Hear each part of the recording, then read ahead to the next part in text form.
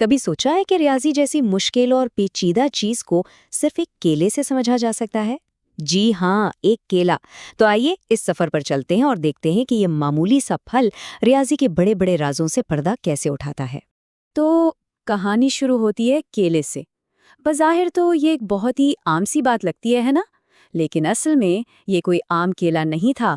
یہ تو ایک خیال کا بیج تھا، جہاں ایک چھوٹی سی ضرورت یعنی بھوک نے علم کی ایک پوری کائنات کی بنیاد رکھ دی۔ لیکن سوال تو یہی ہے کہ آخر ایک کیلا پوری ریاضی کو کیسے سمجھا سکتا ہے؟ یہ بات کچھ ہضم نہیں ہوتی، ٹھیک ہے؟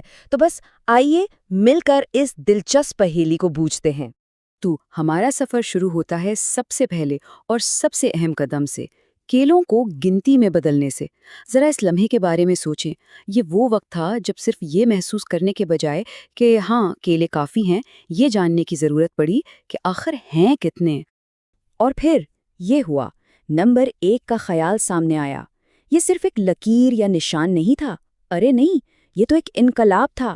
سوچے تو صحیح، تاریخ میں پہلی بار ایک علامت، ایک سمبل کسی اصلی چیز کی نمائندگی کر رہا تھا۔ بس یہیں سے گنتی کی پوری دنیا کا آغاز ہو گیا۔ اچھا، جب گننا آ گیا تو پھر روزمرہ کے مسائل بھی سامنے آئے، اور انہی مسائل کے حل سے ریاضی کے وہ 4 بنیادی ستون نکلے جنہیں ہم آج بھی استعمال کرتے ہیں۔ پہلا، گننا، یعنی کتنے کیلے ہیں۔ دوسرا، جمع یا تفریق، کیلے زیادہ ہوئے یا کم۔ تیسرا، ضرب، اگر کیلوں کا ڈھیر جلدی جلدی بڑا کرنا ہو تو۔ اور چوتھا، تقسیم، سب میں برابر کیسے بانٹا جائے۔ دیکھیں سب کچھ کتنا منطقی ہے۔ تو اب ہم ایک قدم آگے بڑھتے ہیں اور داخل ہوتے ہیں ریاضی کی ایک خفیہ زبان کی دنیا میں۔ یہاں ہم اصلی ٹھوس کیلوں کو پیچھے چھوڑ دیں گے اور ان طاقتور علامات یعنی سمبلز کو سمجھیں گے جو ان کی جگہ لیتی ہیں۔ اور یہ جو علامات ہیں نا، یہ صرف چھوٹے چھوٹے نشان نہیں ہیں، بلکہ یہ بہت طاقتور اوزار ہیں، جیسے جمع کا نشان، تفریق کا نشان، ضرب کا نشان۔ یہ سب دراصل بڑے بڑے کاموں کو لکھنے کا ایک شارٹ کٹ ہیں، ایک بہت ہی تیز اور آسان طریقہ۔ اسی زبان میں ایک بہت ہی زبردست آئیڈیا ہے، الٹ کا، جسے انورس بھی کہتے ہیں۔ یوں سمجھیں کہ یہ دشمن جوڑے ہیں جو ایک دوسرے کے اثر کو ختم کر دیتے ہیں، جیسے جمع اور تفریق۔ اگر 5 کیلے جمع کیے اور پھر 5 ہی نکال دیے تو نتیجہ آپ وہیں واپس آگے جہاں سے شروع کیا گا، بالکل صاف۔ اچھا، اب ایک پہیلی کی باری۔ ذرا اس مساوات کو دیکھیں، x جمع 2 برابر ہے 5 کے۔ اب سوال یہ ہے کہ یہ x کیا بلا ہے؟ دراصل یہ کوئی ڈرنے والی چیز نہیں، یہ صرف غائب کیلوں کی تعداد کے لیے ایک خالی جگہ ہے، اور ریاضی ہمیں اسی غائب کیلے کو ڈھونڈ نکالنے کا ہنر سکھاتی ہے۔ دیکھیں، ایک مساوات یا ایکویژن بالکل ایک ترازو کی طرح ہوتی ہے، دونوں پلڑے برابر رہنے چاہیے۔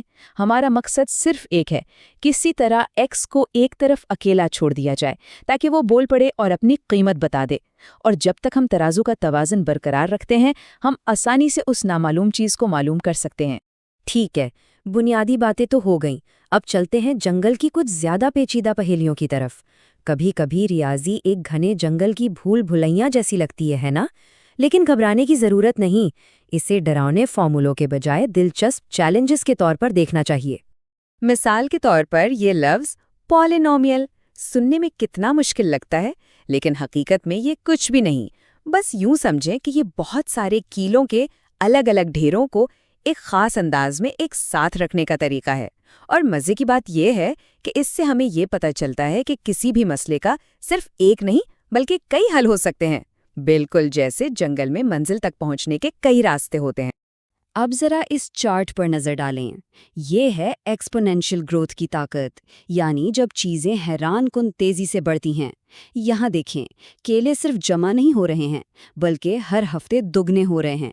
پہلے ہفتے 2، اگلے ہفتے 4، پھر 8۔ یہ اضافہ تو جیسے دھماکہ خیز ہے۔ اچھا، نمبروں اور فارمولوں کی دنیا سے نکل کر اب وقت ہے ریاضی کو اپنی اصلی دنیا سے جوڑنے کا۔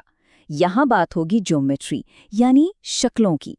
یہ ہمیں وہ اوزار دیتی ہے جس سے ہم اپنے آس پاس کی دنیا کو ناپ سکتے ہیں، اس میں چیزیں بنا سکتے ہیں اور ہاں، خود کو محفوظ بھی رکھ سکتے ہیں۔ جنگل میں ہر شکل کا ایک عملی مقصد ہوتا ہے۔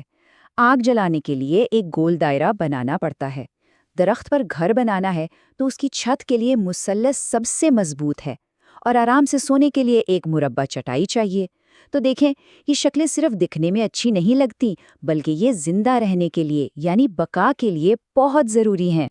اور مثلث کی بات کریں تو اس میں ایک خاص بات ہے، خاص طور پر قائم الزاویہ مثلث۔ یہ صرف ایک شکل نہیں ہے، یہ ایک قسم کا معاہدہ ہے۔ اس کے تینوں سائڈز مل کر ایک وعدہ کرتے ہیں اور اپنا وہ وعدہ ہمیشہ نبھاتے ہیں۔ اسی کو ہم فیتھاغرس کا مسئلہ کہتے ہیں، ایک ایسا پکا اصول جو کبھی بھی نہیں بدلتا۔ اب آتے ہیں ٹریگنومیٹری پر۔ یہ تو سمجھے جادوئی منتر ہیں ان چیزوں کو ناپنے کے لیے جن تک ہم پہنچ ہی نہیں سکتے۔ یہ جو نام ہے نا، سائن، کوسائن، ٹینجنٹ، یہ ہمیں بالکل ٹھیک ٹھیک بتاتے ہیں کہ اگر دریا کے پار جانا ہے تو جھولا کتنا اونچا ہونا چاہیے، کتنا سیدھا، اور اس کی چڑھائی کیسی ہوگی۔ اندازے لگانے کی کوئی ضرورت ہی نہیں۔ اور اب ہم پہنچے ہیں اپنے سفر کے سب سے ایڈوانسڈ حصے پر۔ اب ہم داخل ہوں گے کیلکولس کے غار میں۔ یہ وہ جگہ ہے جہاں ہم حرکت اور تبدیلی کو سمجھتے ہیں۔ جی ہاں، یہ ریاضی کی وہ شاخ ہے جو رکی ہوئی چیزوں کی نہیں بلکہ چلتی ہوئی، بدلتی ہوئی چیزوں کی بات کرتی ہے۔ کیلکولس کو سمجھنے کے لیے اس کے دو بڑے آئیڈیاز کو سمجھنا ضروری ہے۔ پہلا ہے ڈیریویٹو۔ یہ کیا ہے؟ یہ رفتار کا ایک لمحاتی سنیپ شاٹ ہے، مطلب گرتا ہوا کیلا ٹھیک اسی لمحے کتنی تیزی سے گر رہا ہے۔ اور دوسرا ہے انٹیگرل۔ یہ اس سفر کی پوری فلم ہے، مطلب کیلے کے گرنے کا پورا راستہ شروع سے آخر تک۔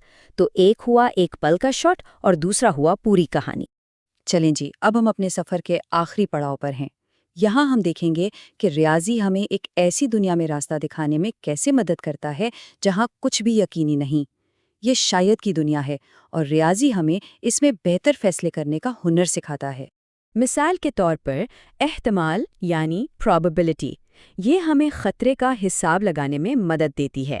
فرض کریں جنگل میں 5 میں سے 1 بیری زہریلی ہے، اس کا مطلب ہوا کہ خطرہ 20% ہے۔ اب یہ کوئی گارنٹی تو نہیں کہ اگلی بیری زہریلی ہوگی، لیکن یہ علم ہمیں محتاط رہنے اور ہر قدم سوچ سمجھ کر اٹھانے پر مجبور ضرور کرتا ہے۔